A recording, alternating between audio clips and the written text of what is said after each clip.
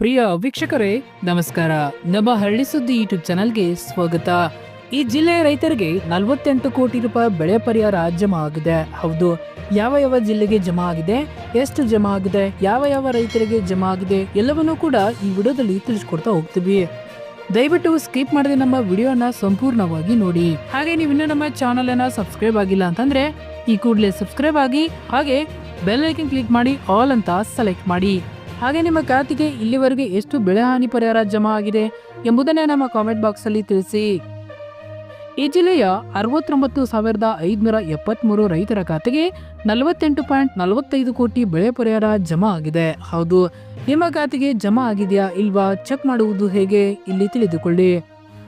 2024 ಮತ್ತು 25ನೇ ಸಾಲಿನಲ್ಲಿ ನೈಸರ್ಗಿಕ ವಿಕೋಪಗಳಾದ ಪ್ರವಾಹ, ಅತಿವೃಷ್ಟಿಯಿಂದ ಧಾರವಾಡ ಜಿಲ್ಲೆಯಲ್ಲಿ ಉಂಟಾದ ಬೆಳೆ ಹಾನಿ ಪರಿಹಾರವನ್ನು ಪಾವತಿಸುವ ಕುರಿತು ಬೆಳೆ ಸಮೀಕ್ಷಾ ದತ್ತಾಂಶ ಫ್ರೂಟ್ ಐಡಿ ಹೊಂದಿರುವ ರೈತರಿಗೆ ಬೆಳೆ ಹಾನಿ ಅಂತಿಮ ಜಂಟಿ ಸಮೀಕ್ಷೆ ವರದಿಯ ಆಧಾರದ ಮೇಲೆ ಪರಿಹಾರ ತಂತ್ರಾಂಶದ ಮೂಲಕ ಹಂತ ಹಂತವಾಗಿ ಪರಿಹಾರ ವಿತರಣೆ ಮಾಡಲಾಗುತ್ತಿದೆ. ಮೊದಲ ಮತ್ತು ಎರಡನೇ ಹಂತದಲ್ಲಿ ಇಲ್ಲಿವರೆಗೆ ಒಟ್ಟಾರೆಯಾಗಿ ಧಾರವಾಡ ಜಿಲ್ಲೆಯ 7 ತಾಲೂಕಿನ 69,573 ರೈತ ಫಲಾನುಭವಿಗಳಿಗೆ 48.45 ಕೋಟಿಗಳನ್ನು ಒಟ್ಟು ಕ್ಷೇತ್ರ 55,809.19 ಹೆಕ್ಟೇರ್ ಇನ್ಪುಟ್ ಸಬ್ಸಿಡಿಯನ್ನು ಜಮೆ ಮಾಡಲಾಗಿದೆ ಎಂದು ಜಿಲ್ಲಾಧಿಕಾರಿ ದಿವ್ಯಾ ಪ್ರಭು ಅವರು ತಿಳಿಸಿದ್ದಾರೆ. ಅದೇ ರೀತಿ ಎಲ್ಲಾ ಜಿಲ್ಲೆಗಳಲ್ಲೂ ಬೆಳೆ ಪರಿಹಾರ ಜಮಾ ಪ್ರಾರಂಭವಾಗಿದ್ದು, ನಿಮ್ಮ ಜಮಾ ಸ್ಟೇಟಸ್ ಅನ್ನು ಚೆಕ್ ಮಾಡುವುದು ಹೇಗೆ ಇಲ್ಲಿ ತಿಳಿದುಕೊಳ್ಳಿ. ಮೊದಲಾಗಿ ನೀವು ನಿಮ್ಮ ಮೊಬೈಲಲ್ಲಿ ಪ್ಲೇಸ್ಟೋರ್ಗೆ ಹೋಗಿ DBT ಕರ್ನಾಟಕ ಆ್ಯಪ್ ಎಂಬ ಅಪ್ಲಿಕೇಶನ್ ಅನ್ನು ನೀವು ಇನ್ಸ್ಟಾಲ್ ಮಾಡಿಕೊಳ್ಳಬೇಕು. ನಂತರ ಅದನ್ನು ಓಪನ್ ಮಾಡಿದ ನಂತರ ಅಲ್ಲಿ ನಿಮ್ಮ ಆಧಾರ್ ನಂಬರನ್ನು ಹಾಕಿ ಗೆಟ್ OTP ಮೇಲೆ ಕ್ಲಿಕ್ ಮಾಡಬೇಕು. ಆಗ ಈ ರೀತಿ ಪೇಜ್ ಓಪನ್ ಆಗಿರುತ್ತದೆ. ನಂತರ ನಿಮ್ಮ ಮೊಬೈಲ್ಗೆ ಬರುವ OTPಯನ್ನು ಹಾಕಿ ವೆರಿಫೈ OTP ಮೇಲೆ ಕ್ಲಿಕ್ ಮಾಡಬೇಕು. ನಂತರ ನಿಮಗೆ ಬೇಕಾದ 4 ಸಂಖ್ಯೆಯ MPIN ಕ್ರಿಯೇಟ್ ಮಾಡಿ ಕನ್ಫರ್ಮ್ MPIN ಮೇಲೆ ಹಾಕಿ ಸಬ್ಮಿಟ್ ಮೇಲೆ ಕ್ಲಿಕ್ ಮಾಡಬೇಕು. ನಂತರ ಈ ರೀತಿ ಪೇಜ್ ಓಪನ್ ಆಗಿರುತ್ತದೆ. ನಂತರ ಪೇಮೆಂಟ್ ಸ್ಟೇಟಸ್ ಮೇಲೆ ಕ್ಲಿಕ್ ಮಾಡಬೇಕು. ನಂತರ input subsidy per crop plus ಮೇಲೆ ಕ್ಲಿಕ್ ಮಾಡಬೇಕು. ನಂತರ ಈ ಕೆಳಗಿನಂತೆ ಇಲ್ಲಿವರೆಗೆ ಜಮಾ ಆದ ಬೆಳೆ ಹಾನಿ ಪರಿಹಾರ ಮಾಹಿತಿ ಸಿಗಲಿದೆ. ಇಲ್ಲಿ ನೋಡ್ತಾ ಇರುವ ಹಾಗೆ 2,874, 2,000 ಇದೇ ರೀತಿ ನಿಮ್ಮ ಖಾತೆಗೆ ಜಮಾ ಆಗಿದ್ದಲ್ಲಿ ಈ ರೀತಿ ನೀವು ಚೆಕ್ ಮಾಡಿಕೊಳ್ಳಬಹುದು. FID ಇದ್ದವರಿಗೆ ಮಾತ್ರ ಬೆಳೆ ಹಾನಿ ಪರಿಹಾರ ಜಮಾ ಆಗಲಿದೆ. ಹೌದು, ನಿಮ್ದು FID ಇದೆಯಾ ಇಲ್ವಾ ಚೆಕ್ ಮಾಡುವುದು ಹೇಗೆ ಇಲ್ಲಿ ತಿಳಿದುಕೊಳ್ಳಿ. ಬೆಳೆ ಸಮೀಕ್ಷಾ ದತ್ತಾಂಶ ಮಾಹಿತಿಯ ಆಧಾರದ ಮೇಲೆ ಫ್ರೂಟ್ ಐಡಿ ಹೊಂದಿರುವ ರೈತರಿಗೆ ಪರಿಹಾರ ತಂತ್ರಾಂಶದ ಮೂಲಕ ಹಂತ ಹಂತವಾಗಿ ಪರಿಹಾರ ವಿತರಣೆ ಮಾಡಲಾಗುತ್ತಿದೆ. ಸರ್ಕಾರದಿಂದ ನೇರವಾಗಿ ರೈತರ ಬ್ಯಾಂಕ್ ಖಾತೆಗಳಿಗೆ ಪರಿಹಾರ ಧನವನ್ನು ಜಮೆ ಮಾಡಲಾಗಿದೆ. ಬಾಕಿ ಉಳಿದ ಅರ್ಹ ರೈತರಿಗೆ ಹಂತ ಹಂತವಾಗಿ ಪರಿಹಾರ ಪಾವತಿಸುವ ಕಾರ್ಯವು ಪ್ರಗತಿಯ ಹಂತದಲ್ಲಿದ್ದು ತುರ್ತಾಗಿ ಕ್ರಮ ಕೈಗೊಳ್ಳಲಾಗುವುದು. ಈಗಾಗಲೇ ಅನುಮೋದನೆ ನೀಡಿರುವ ರೈತರ ಮಾಹಿತಿಯ ಪಟ್ಟಿಯನ್ನು ನಾಡ ಕಚೇರಿಗಳು, ಗ್ರಾಮ ಪಂಚಾಯಿತಿಗಳು, ರೈತ ಸಂಪರ್ಕ ಕೇಂದ್ರಗಳು ಹಾಗೂ ತಹಸೀಲ್ದಾರ್ ಕಾರ್ಯಾಲಯದ ಸೂಚನಾ ಫಲಕದಲ್ಲಿ ಪ್ರಕಟಿಸಲಾಗಿದೆ.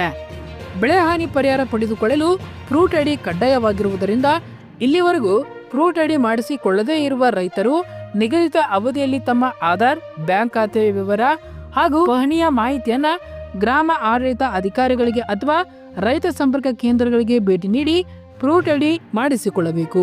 ಹೌದು, ಫ್ರೂಟ್ ಐಡಿ ಇಲ್ಲದೆ ರೈತರು ಬೆಳೆ ಹಾನಿ ಪರಿಹಾರ ಪಡೆಯಲು ಸಾಧ್ಯವಾಗುವುದಿಲ್ಲವೆಂದು ಅಧಿಕಾರಿಗಳು ತಿಳಿಸಿದ್ದಾರೆ. ಮೊದಲು ನಿಮ್ಮ FID ತಿಳಿಯಲು ನಮ್ಮ ಡಿಸ್ಕ್ರಿಪ್ಷನ್ ಬಾಕ್ಸ್ ಅಲ್ಲಿ ಲಿಂಕ್ ಅನ್ನು ಕೊಟ್ಟಿರುತ್ತೇವೆ.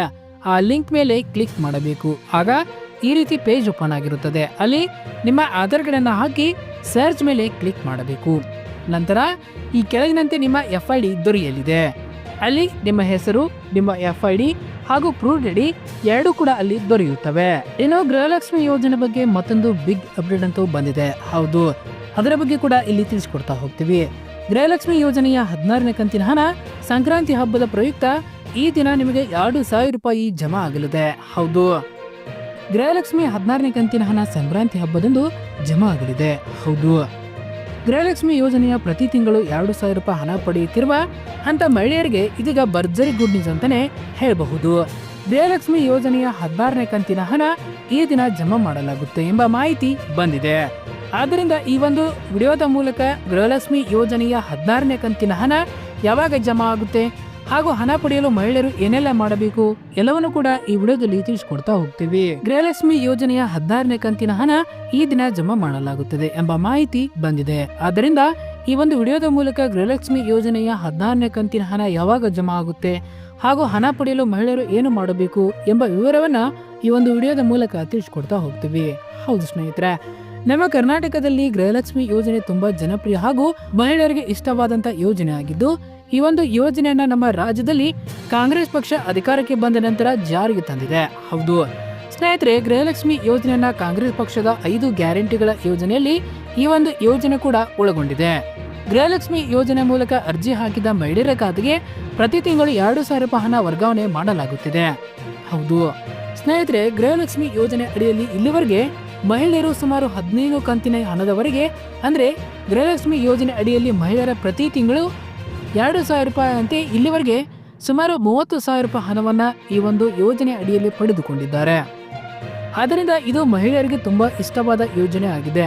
ಹಾಗೂ ಈ ಯೋಜನೆ ಮೂಲಕ ನಮ್ಮ ರಾಜ್ಯ ಸರ್ಕಾರವು ಮಹಿಳೆಯರನ್ನ ಆರ್ಥಿಕವಾಗಿ ಸ್ವಾವಲಂಬಿ ಮಾಡುವ ಉದ್ದೇಶದಿಂದ ಈ ಒಂದು ಯೋಜನೆ ಜಾರಿಗೆ ತಂದಿದೆ ಎಂದು ಕಾಂಗ್ರೆಸ್ ಪಕ್ಷದ ಹಲವು ಮುಖಂಡರು ತಿಳಿಸಿದ್ದಾರೆ. ಮತ್ತು ಈ ಯೋಜನೆ ಉದ್ದೇಶವೂ ಕೂಡ ಇದಾಗಿದೆ. ಇಲ್ಲಿವರೆಗೆ ಮಹಿಳೆಯರು ಈ ಒಂದು ಯೋಜನೆ ಅಡಿಯಲ್ಲಿ 15ನೇ ಕಂತಿನ ಹಣದವರೆಗೆ ಪಡೆದುಕೊಂಡಿದ್ದಾರೆ. ಹಾಗಾಗಿ ಗೃಹಲಕ್ಷ್ಮಿ ಯೋಜನೆಯ 16ನೇ ಕಂತಿನ ಹಣ 2,000 ರೂಪಾಯಿ ಯಾವಾಗ ಜಮಾ ಆಗುತ್ತೆ ಎಂದು ಮಹಿಳೆಯರು ಕಾತರದಿಂದ ಕಾಯುತ್ತಿದ್ದಾರೆ. ಅಂತ ಮಹಿಳೆಯರಿಗೆ ಇದೀಗ ರಾಜ್ಯ ಸರ್ಕಾರ ಕಡೆಯಿಂದ ಗುಡ್ ನ್ಯೂಸ್ ಅಂತಾನೆ ಹೇಳಬಹುದು. ಸ್ನೇಹಿತರೆ, ಸಂಕ್ರಾಂತಿ ಹಬ್ಬದ ಪ್ರಯುಕ್ತ ಮಹಿಳೆಯರಿಗೆ ಭರ್ಜರಿ ಗುಡ್ ನ್ಯೂಸ್ ಎಂದು ಹೇಳಬಹುದು. ಯಾಕೆಂದ್ರೆ ಗೃಹಲಕ್ಷ್ಮಿ ಯೋಜನೆಯ 16ನೇ ಕಂತಿನ 2,000 ರೂಪಾಯಿ ಇದೇ ತಿಂಗಳು ಅಂದ್ರೆ ಜನವರಿ 14ನೇ ತಾರೀಕಿನಂದು ಬಿಡುಗಡೆ ಮಾಡಲಿದ್ದಾರೆ ಎಂಬ ಮಾಹಿತಿ ಗ್ಯಾರಂಟಿ ಯೋಜನೆಯ ಅನುಷ್ಠಾನದ ಪ್ರಾಧಿಕಾರ ಜಿಲ್ಲಾಧ್ಯಕ್ಷರಾದ CS ಚಂದ್ರಗೋಪಾಲ್ ಅವರು ಮಾಹಿತಿ ನೀಡಿದ್ದಾರೆ. ಗೃಹಲಕ್ಷ್ಮಿ ಯೋಜನೆಯ 16ನೇ ಕಂತಿನ 2,000 ರೂಪಾಯಿ ಹಣವನ್ನ ಈ ಜನವರಿ 14ನೇ ತಾರೀಕಿನಿಂದ ಬಿಡುಗಡೆ ಮಾಡಲು ಎಲ್ಲಾ ಸಿದ್ಧತೆಗಳು ಈಗಾಗಲೇ ಮಾಡಿಕೊಳ್ಳಲಾಗಿದ್ದು, ಇದಕ್ಕೆ ಸಂಬಂಧಿಸಿದಂತೆ ಆರ್ಥಿಕ ಇಲಾಖೆಯು ಕೂಡ ಅನುಮೋದನೆ ನೀಡಿದೆ ಎಂದು ಮಾಹಿತಿ ತಿಳಿದು ಬಂದಿದೆ. ಹಾಗೆ ಈ ಹಣ ಬಿಡುಗಡೆ ಮಾಡಲು ಮಹಿಳಾ ಮತ್ತು ಮಕ್ಕಳ ಕಲ್ಯಾಣ ಅಭಿವೃದ್ಧಿ ಇಲಾಖೆಗೆ ಈಗಾಗಲೇ ಹಣವನ್ನ ವರ್ಗಾವಣೆ ಮಾಡಲಾಗಿದೆ ಮತ್ತು ಶೀಘ್ರದಲ್ಲೇ ಮಹಿಳೆಯರ ಖಾತೆಗೆ ಹಣ ಜಮಾ ಮಾಡಲಿದ್ದಾರೆ ಎಂಬ ಮಾಹಿತಿ ತಿಳಿದು ಬಂದಿದೆ. ಹಾಗಾಗಿ ಮಹಿಳೆಯರು ಹಣ ಬರುವವರೆಗೂ ತಾಳ್ಮೆಯಿಂದ ಕಾಯಬೇಕು. ಗೃಹಲಕ್ಷ್ಮಿ ಎಲ್ಲಾ ಕಂತಿನ ಹಣ ಪಡೆಯಲು ಈ ಕೆಲಸವನ್ನ ಮಾಡಲೇಬೇಕು.